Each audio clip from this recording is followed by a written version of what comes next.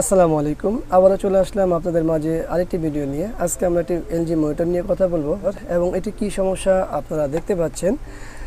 এটির মূল সমস্যা কিন্তু দেখুন, এই আমাদের ফুল স্ক্রিনগুলোতে ভালো আছে, পুরোটা স্ক্রিনই ভালো আছে, কিন্তু নিচের দিকে যখন আসবেন তখনই দেখবেন যে এই যে এখান থেকে স্ক্রিনটা কখনো আসে কখনো যায়। তো এটা কিছু সময় চলার পর এটা বাড়তে থাকে, এরপর এটা ফ্লিকিং শুরু হয়। তো এই সমস্যাটা হলো কোথা থেকে হচ্ছে, এটা প্যানেল থেকে হচ্ছে। তো আজকে আমরা দেখাবো যে আসলে বা দেখবো যে এই সমস্যাটা প্যানেলের কোথা থেকে হয় বা কী আসলে বিষয় বা আদৌ এটা রিপেয়ার হয় কি না। আর অবশ্যই আপনারা যারা এই ভিডিওটি দেখছেন তারা এই সিগনেচারটি লক্ষ্য করুন এবং এই যে নিচের দিকে কিন্তু বারবার আসে যায়, মানে ফিলিংটা করা শুরু হয়ে যাচ্ছে। এই যে অলরেডি ভরে গেছে, আবার চলে যায়। এটা করতে করতে একটা সময় ফুল বড় হয়ে যায়। তো এটা আসলে প্যানেল থেকেই হচ্ছে সমস্যাটা। তো চলুন দেখি আমরা এটা সমাধান করতে পারি কি না বা আদৌ সমস্যা সমাধান হয় কি না, সেটা আমরা একটু দেখে নিই।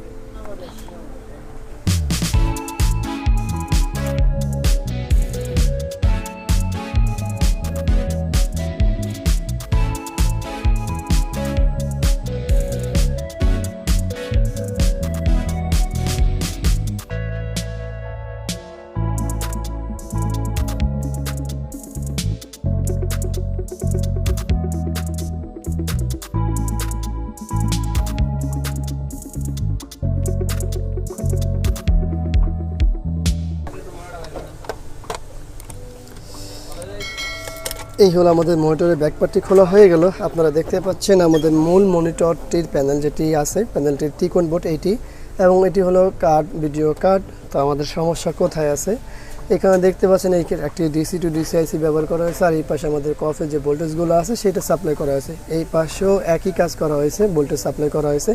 এখানে অনেকগুলো ভোল্টেজ আছে, যে ভোল্টেজ দ্বারা আমাদের পিকজেল তৈরি হয়, ভিডিও তৈরির জন্য তো আমার ডিসি আইসি যে 4টি ভোল্ট আছে সেটা তৈরি করে, এরপরে এরা হলো সাপ্লাই করে। তো এটা আমরা সমস্যাটা তো দেখতেই পেয়েছি যে প্যানেলের সমস্যা। তো আমরা নর্মালি যেটা করি সেটা হলো যে আগে সর্বপ্রথম দেখবো যে আমাদের ডিসি টু ডিসি আইসিটি গরম হয় কি না বা কতটুকুই গরম হয় সেটা একটু দেখা। আর সেটা দেখতে হলে আমাদের এই টেপটা তো ওঠানো দরকার। তো আমরা একটু কষ্ট করে উঠিয়ে নিই।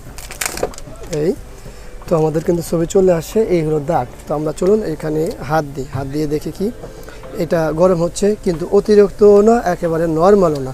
তো এই ডিসি টু ডিসি আইসিটি গরম হওয়ার অর্থই কি আইসিটি খারাপ?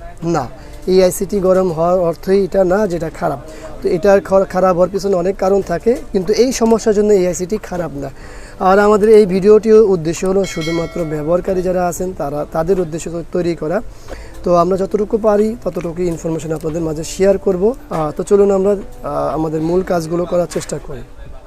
তো আমরা কিন্তু এই জায়গাটিতে সবগুলো ভোল্টেজ আমরা মেপেছি, VGH voltage, VGL minus voltage, আরও অন্যান্য যে ভোল্টেজগুলো আছে সবগুলো ভোল্টেজ মাপছি। সেই মাপার পরে কী অবস্থা সেটা আমরা আপনাদের সাথে শেয়ার করতেছি। এর আগে আমরা দেখে নিই যে আমাদের আসলে এই মনিটরটি কী সমস্যা ছিল প্যানেলে। আমরা একটা উপরে ভিডিও চলছে, একটু দেখে নিন আপনারা যে ভিডিওটি ওইখানে কী সমস্যা। তো তারপরে আমাদের এই মুহূর্তে কী অবস্থা,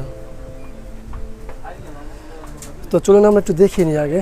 তো এই হলো আমাদের মনিটরটি, দেখতে পাচ্ছেন কমপ্লিট হয়ে গেছে। কারণ হচ্ছে এই নিচের দিকে যে দাগগুলো ছিল সেটি কিন্তু চলে গেছে। আর এটা মূল সমস্যা ছিল কিন্তু প্যানেলটি, বাকি প্যানেল পুরোটাই ভালো ছিল, শুধু নিচের এই বাড়তিতে সমস্যা ছিল, কিন্তু এখন সেই সমস্যাটা কিন্তু সমাধান হয়ে গেছে। তো আপনাদের অনেকে প্রশ্ন থাকতে পারে যে এখানে আসলে কী করণীয় বা কী করেছি আমরা। তা যেহেতু আমরা এই ভিডিওটির উদ্দেশ্য হলো শুধুমাত্র যারা ব্যবহারকারী আছেন তাদের উদ্দেশ্য, সেহেতু এর বাইরে কোনো বেশি ইনফরমেশন দেওয়ার প্রয়োজন নেই, যতটুকু আমরা বুঝি। তো ভিডিওটি ভালো লাগলে অবশ্যই লাইক করবেন, কমেন্টস করবেন, শেয়ার করবেন, আর অবশ্যই আমাদের এই চ্যানেলটি সাবস্ক্রাইব করে রাখবেন, পাশে থাকা বেল বাটন চাপ দিয়ে রাখবেন। আবারও দেখাবো অন্য কোনো বিষয় নিয়ে। আজকের মধ্যে এখানে বিদায়। আল্লাহ হাফিজ। আসসালামু আলাইকুম ওয়া রাহমাতুল্লাহি ওয়া বারাকাতুহু।